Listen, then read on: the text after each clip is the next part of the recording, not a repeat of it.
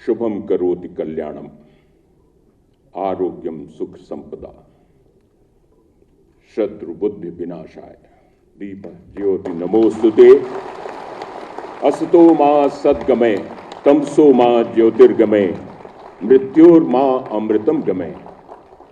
हम मृत्यु से अमरता की ओर चलने की कामना करते हैं, असराण की चिंता करते हैं। प्रदेश के 50,10,000 से अधिक अन्नदाता किसानों को अंश प्रमाण पत्र वितरण कार्यक्रम में मंच पर उपस्थित प्रदेश सरकार में मेरे वरिष्ठ सहयोगी, गन्ना विकास और चीनी विभाग के मंत्री चौधरी लक्ष्मी नारायण जी, विभाग के राज्य मंत्री श्री संजय सिंह गंगवार जी, प्रदेश के मुख्य सचिव श्री दुर्गा शंकर मिश्र जी, अपर मुख्य सचिव गन्ना विकास श्री संजय रेड्डी जी, गन्ना विभाग के सभी अधिकारीगण और प्रदेश भर से आए हुए हमारे सभी अन्नदाता किसान भाइयों और बहनों, मैं सबसे पहले आप लखनऊ आए हैं, मैं आप सबका राज्य सरकार की ओर से हृदय से स्वागत करता हूं, आपका अभिनंदन करता हूं।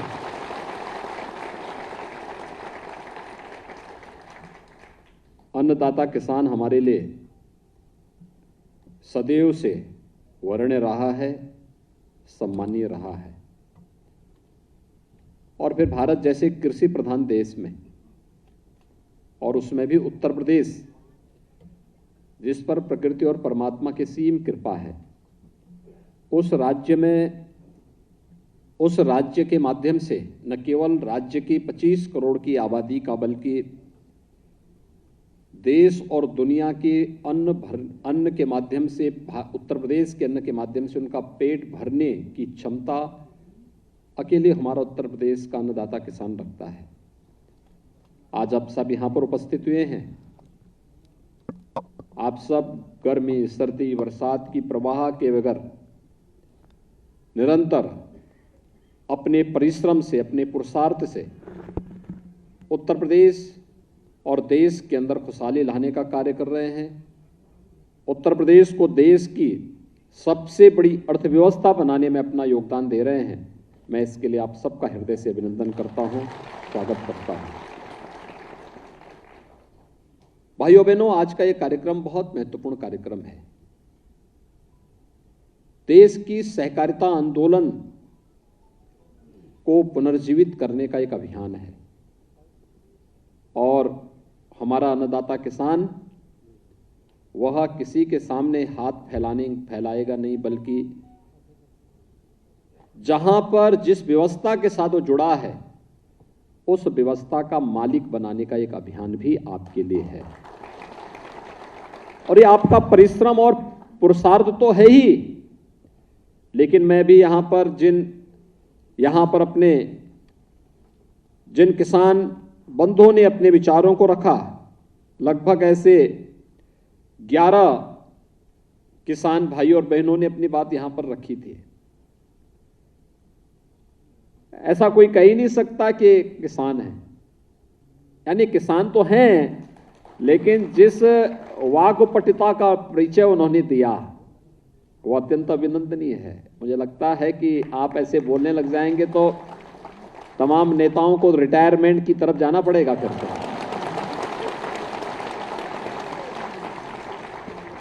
आप इसलिए बोल रहे थे क्योंकि आप उस क्षेत्र से जुड़े हुए हैं।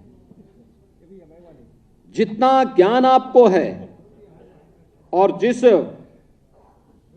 धारा प्रवाह आप अपनी बात को रख रहे थे, ये चीजें दिखाती हैं कि आपको उस फील्ड की व्यावहारिक जानकारी भी है।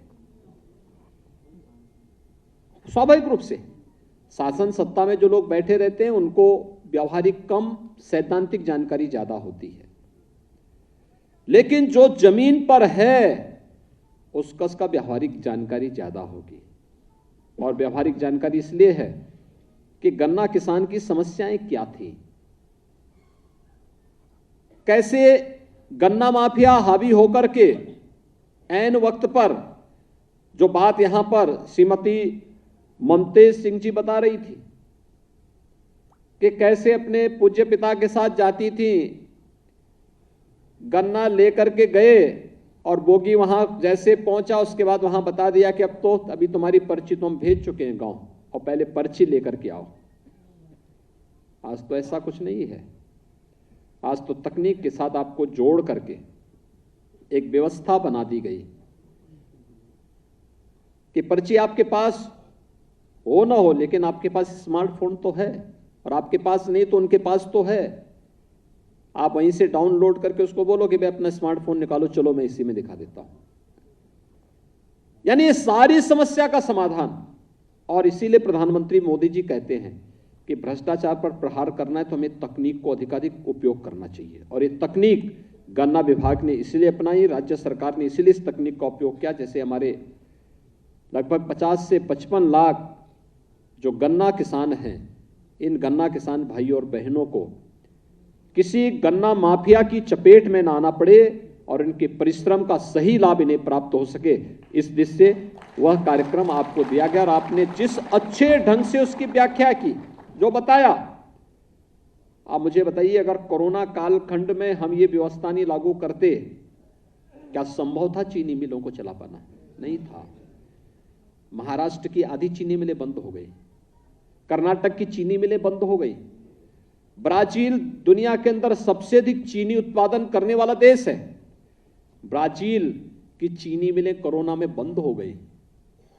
मेरे सामने भी बात आई थी, मैंने उस समय के गन्ना मंत्री और अपर मुख्य सचिव से संजय भूस रेड्डी जी को बुलाया, गन्ना विभाग के अधिकारियों को बुलाया। मैंने कहा भी देखो, कोरोना आएगा, इसको निपटने के लिए सरकार अपनी तरीके से व्यवस्था करेगी, लेकिन उत्तर प्रदेश के अंदर तो हमारे प्रदेश की इनकम का और इतने बड़े प्रदेश को संचालित करने के लिए अगर हमारी खेती किसानी प्रभावित होगी तो इतने लोगों के लिए हम कहां से व्यवस्था लेकर के आएंगे? और ठीक है, हम फ्री में राशन की व्यवस्था करा देंगे, हम सब कुछ कर लेंगे, लेकिन राशन ही पर्याप्त नहीं है। उस व्यक्ति के हाथ को कार्य भी चाहिए। वह बैठे बैठे घर में जिसने जिंदगी भर मेहनत की है, वह बैठे बैठे खाएगा नहीं। उसके लिए मेहनत करने के लिए हमें जगह भी देनी पड़ेगी और उसको एक व्यवस्था देनी पड़ेगी जिससे उससे मन में ये भावना आए कि देखिए चीनी मिल भी बंद हो गई, किसान अपने गन्ने को क्या करेगा। मैंने कहा भी एक रिस्क लेना पड़ेगा, और रिस्क ये कि लॉकडाउन है, लेकिन हमें चीनी मिलें चलानी होंगी, कोविड केयर सेंटर हम बनाएंगे, हेल्प डेस्क बनाएंगे, हम वहां पर वह हर सुविधा उपलब्ध करवाएं, और टेक्नोलॉजी इस प्रकार की कि डाउनलोड करें अपने अपने स्मार्टफोन पर ही, और किसान को वहीं से हमें सुविधा उपलब्ध करवा दें कि वह अपने स्मार्टफोन से ही लोगों को दिखा सकें कि देखिए मेरी पर्ची ये है, और उस पर्ची के माध्यम से फिर वह अपने खेत का गन्ना मिल तक पहुंचा ले और मिल उसको उस रूप में आगे बढ़ाने का काम करे। तकनीक अगर नहीं होती, हमारे लिए चुनौती होती, चीनी मिलें नहीं चल पाती, गन्ना माफिया हावी हो गया होता। और इसीलिए आपने देखा होगा जब इस तकनीक को अपनाया गया, आम गन्ना किसान जो सच्चा गन्ना किसान था उसने स्वागत किया, लेकिन गन्ना माफियाओं ने इसका विरोध किया, कुछ लोगों ने विरोध किया। जो लोग नहीं चाहते कि किसानों के का हित हो, वे लोग प्रोपेगेंडा ज्यादा कर लेते हैं, अव्यवस्था पैदा करते हैं, अराजकता पैदा करते हैं। आप सोचिए, कोई सोचता था इसके बारे में? उत्तर प्रदेश के अंदर 2007 से 2017 के बीच जितना गन्ना मूल्य का भुगतान नहीं हुआ, उसका 1.5 गुना गन्ना मूल्य का भुगतान हम लोग विगत 5 वर्ष के अंदर गन्ना किसानों के खातों में सीधे कर चुके हैं, उनके खातों में जा चुका है। उत्तराखंड राज्य की वार्षिक बजट कितना है मालूम है आपको? मात्र 61,000 करोड़ रुपया, सभी विभागों का मिला करके। और उत्तर प्रदेश के गन्ना किसानों के खाते में कितना पैसा गया इस दौरान? इन 5 वर्षों में हम लोगों ने अकेले उत्तर प्रदेश के गन्ना किसानों के खाते में 1,77,000 करोड़ रुपए का गन्ना मूल्य का भुगतान किया है। यानी उत्तराखंड राज्य की कुल वार्षिक बजट का 3 गुना उत्तर प्रदेश के गन्ना किसानों के खाते में केवल पैसा गया है गन्ना का। हमारा प्रयास है, पहले दिन से ही मैं इस बात को हमेशा जोर देकर के कहता रहा हूं कि किसान को सही तकनीक मिले, सही बीज मिले, समय पे चीनी मिलें चले। चीनी मिल चलेगी तो गन्ने की पेराई भी होगी, गन्ने की पेराई होगी तो स्वाभाविक रूप से उसके माध्यम से हम गन्ना किसान को समय पे भुगतान करने की व्यवस्था भी आगे बढ़ाएं। और ज्यादातर चीनी मिलों ने अपने भुगतान को समयबद्ध किया है। जो 2-3-4 ग्रुप बचे हुए हैं उनको भी उनके भी हम कस रहे हैं कि वे चीनी मिल भी चलाएं, लेकिन गन्ना मूल्य का भुगतान भी समय पर करें। और इसके लिए अब तक हम लोग 82% इस वर्ष का भी गन्ना मूल्य का भुगतान कर चुके हैं। हमारा प्रयास है कि जो 6-7 हजार करोड़ रुपए का बकाया है, बाकी है, यह भी समय पे भुगतान हो और पहले हम इसको व्यवस्थित रूप से आगे बढ़ाने का कार्य कर सकें। इसके लिए सरकार के स्तर पर पिछली बार एक कानून भी हम लोगों ने बनाया था और कानून बना करके गन्ना किसानों के गन्ना मूल्य का भुगतान, अगर चीनी मिल कोई व्यक्ति चला रहा है और चीनी मिल बनाने के बाद वह चीनी मिल का पैसा अपने किसी अन्य उद्योग में लगाया है और आज वह चीनी मिल कमजोर होने के कारण गन्ना मूल्य का भुगतान नहीं हो रहा, तो हम उसके दूसरे उद्योग का पैसा भी इधर डाइवर्ट कर सकते हैं। इसके लिए हम लोगों ने बाकायदा कानून भी राज्य में बना दिया है, जिससे गन्ना किसान हमारा भाई किसी प्रकार का किसान बंधुगण किसी भी प्रकार से उन्हें परेशानी न हो। और सरकार लगातार इस दिशा में प्रयास कर रही है, इस कार्यक्रम को आगे बढ़ाने का कार्य कर रही है। घटतोली को रोकने के लिए लगातार प्रयास हुए हैं, तकनीक का बेहतर उपयोग करते हुए। और हमें तो व्यवस्था देनी चाहिए कि समितियों के साथ साथ चीनी मिलों के अंदर भी हम उसको सीसीटीवी कैमरे के माध्यम से उसको पूरा जोड़ें। और यहां से जैसे हम लोगों ने कोटेदार के यहां व्यवस्था की, ई-पॉस मशीन भी दी, आज हमने वीडियो वॉल से उसको यहां जोड़ दिया है। अगर ई-पॉस मशीन में कहीं भी कोई गड़बड़ करेगा तो यहां लखनऊ में बता देगा वो हमें कि यहां फलाने कोटे की दुकान में गड़बड़ी हो रही है। तकनीक बहुत आगे बढ़ चुकी है और उस तकनीक का उपयोग करते हुए एक एक अन्नदाता किसान को उसकी व्यवस्था के साथ जोड़ना, किसान हमारे लिए सर्वोच्च प्राथमिकता रखता है। आपने देखा होगा प्रधानमंत्री मोदी जी ने, चाहे वह सॉयल हेल्थ कार्ड की व्यवस्था की हो या प्रधानमंत्री किसान सम्मान निधि या लागत का 1.5 गुना दाम अन्नदाता किसान को प्राप्त हो, एमएसपी देने की कार्रवाई, ये लगातार आगे बढ़ी है। और 2017 में हमारी सरकार जब आई तो हम लोगों ने सबसे पहला काम तो किया था, अपने अन्नदाता किसानों की, लघु और सीमांत किसानों के 86 लाख किसानों के कर्ज माफी के कार्यक्रम को ही हम लोगों ने अपने हाथों में लिया था।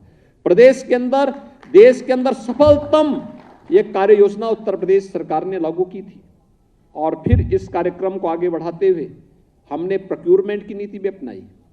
रिकॉर्ड मात्रा में धान और गेहूं का क्रय सीधे अन्नदाता किसानों से करना प्रारंभ किया। फसलों के विविधीकरण की तरफ भी हम लोगों ने उसको ले जाने का कार्यक्रम किया। बहुत सारे कार्यक्रम किए। खांडसारी उद्योग को लाइसेंस फ्री करने की व्यवस्था के साथ भी जोड़ा, मिलता ही नहीं था।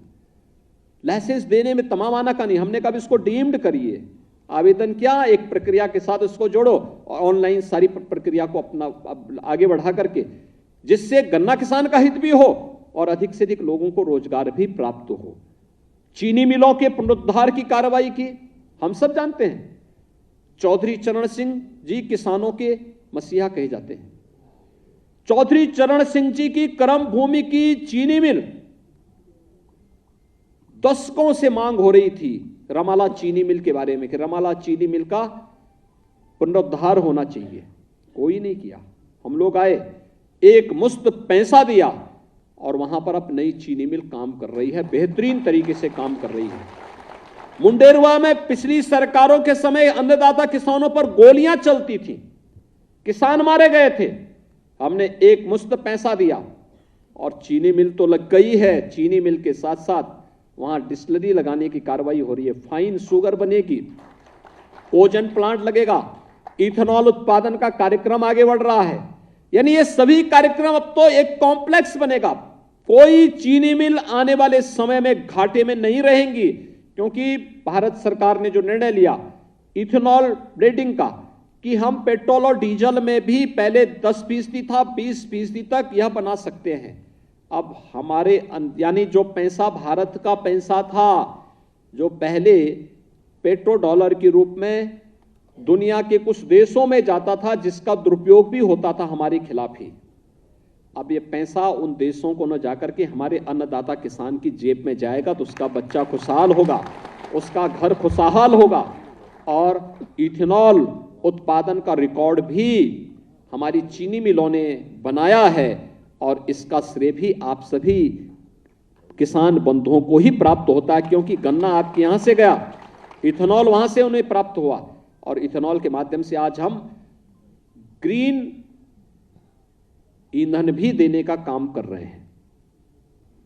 यानी ये नए नए कदम उठाए जा रहे हैं, और आज का एक कार्यक्रम भी इसी के साथ जुड़ रहा है कि जब समिति के मेंबर आप बनेंगे, समिति के अंशधारक के रूप में आपकी पहचान भी होगी।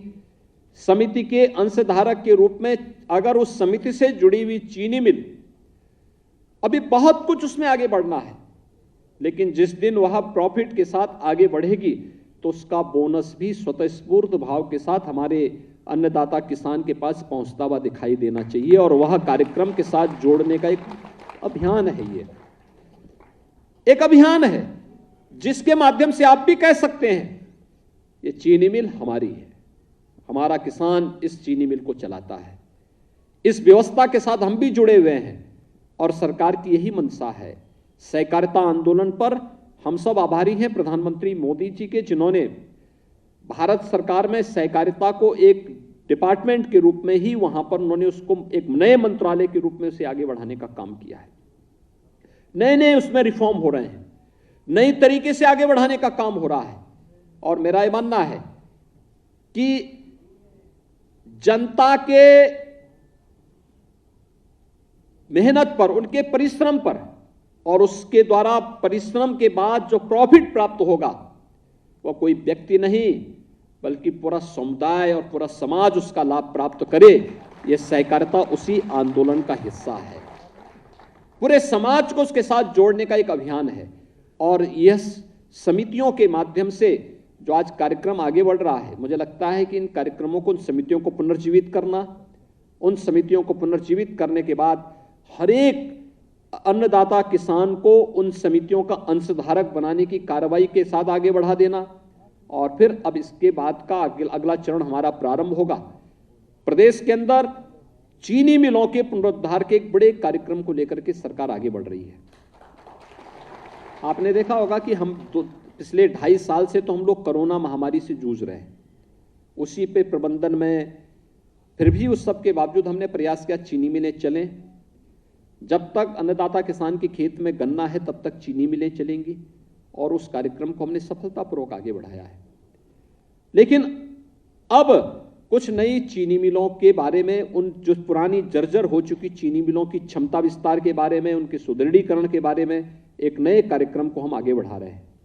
और भाइयों बहनों, एक बड़ी खुशखबरी है आप सबके लिए, और वह है कि भारत सरकार ने पूरे देश के अंदर बड़े पैमाने पर बायोफ्यूल के कार्यक्रम के साथ नए नए उद्यम स्थापित करने के एक बड़े कार्यक्रम को अपने हाथों में लिया है।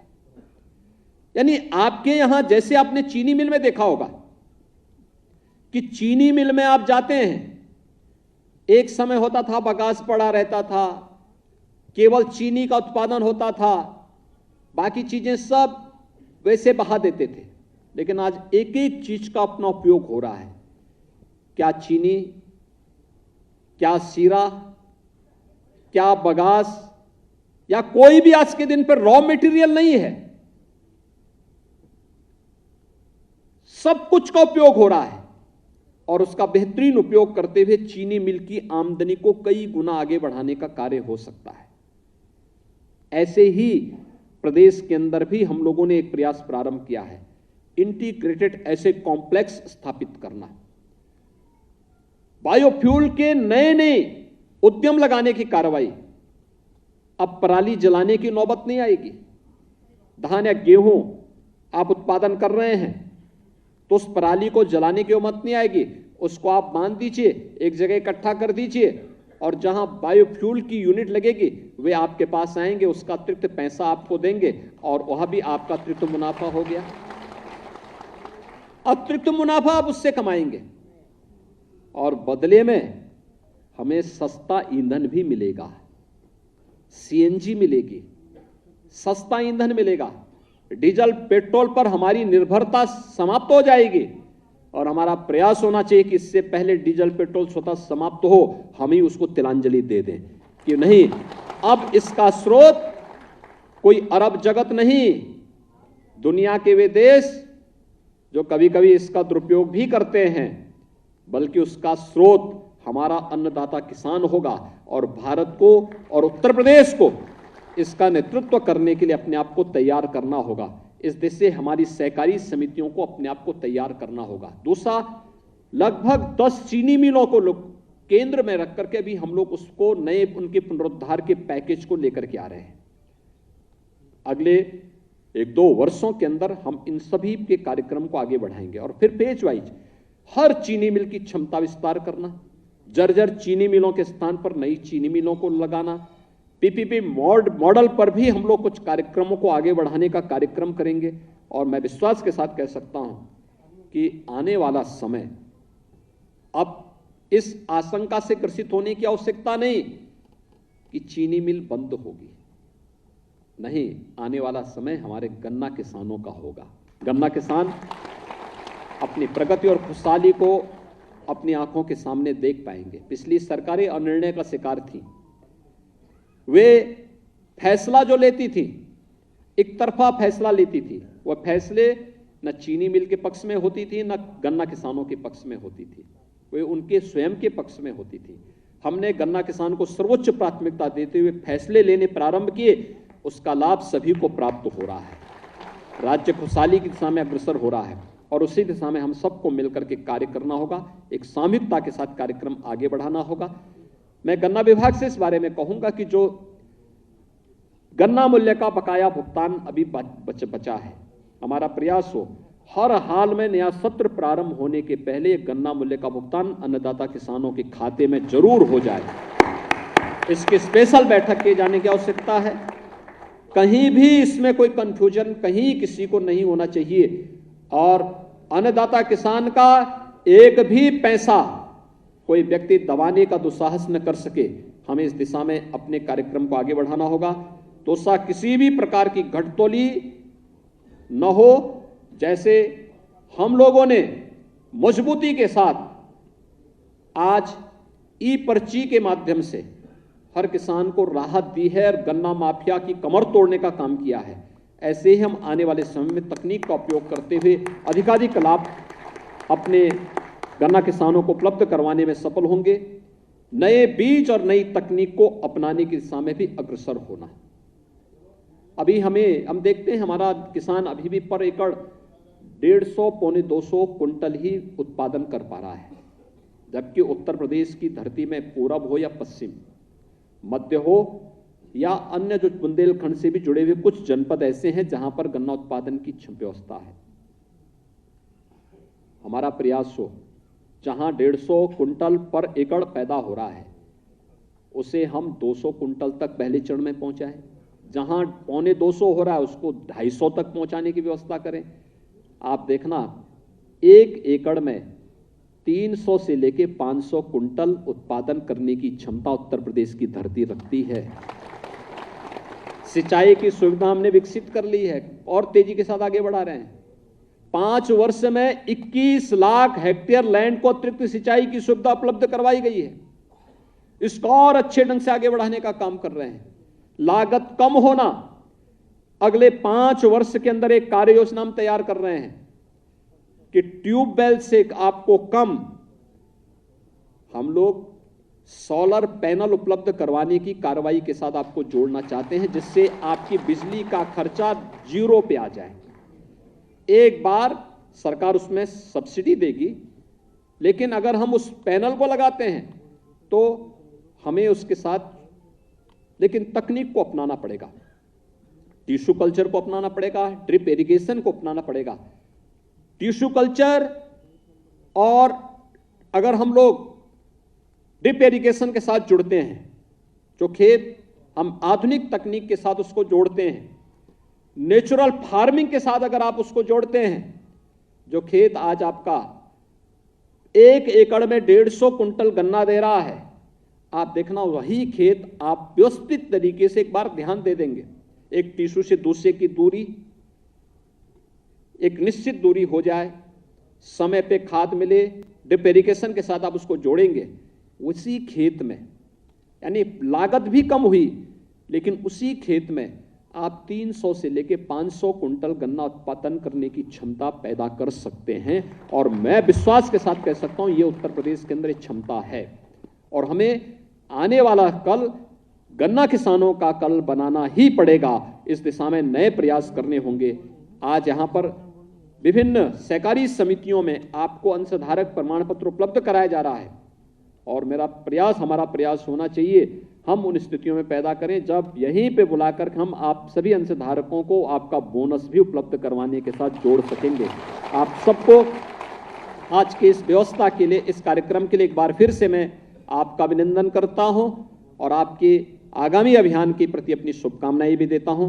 धन्यवाद। जय हिंद। आए और इसके बाद अंश प्रमाण पत्र वितरण के लिए मैं आमंत्रित कर रहा हूं मुजफ्फरनगर से रोहाना कला समिति के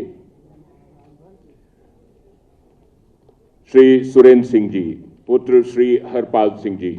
ये मेरठ से आपके लिए हल और श्री पदम सिंह जी सहारनपुर से आए हैं मां शाकुंभरी देवी जी का। चलिए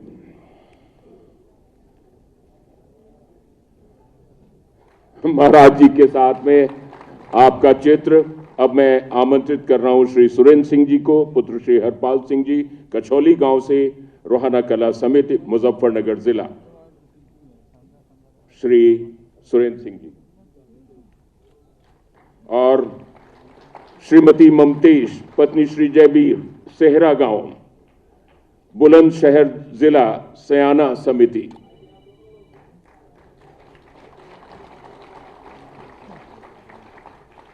और श्री अमित कुमार, पुत्र श्री चंद्रपाल, सेहटा गांव से, मलियाना समिति है, गन्ना समिति और मेरठ जनपद से सादर आमंत्रित।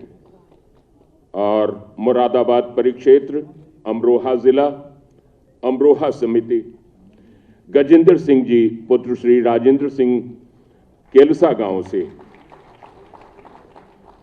बरेली से, बरेली परिक्षेत्र, पीलीभीत जिला, बीसलपुर गन्ना समिति, श्री दलजीत सिंह जी, पुत्र श्री अक्षर सिंह जी, सिमरौली गांव से,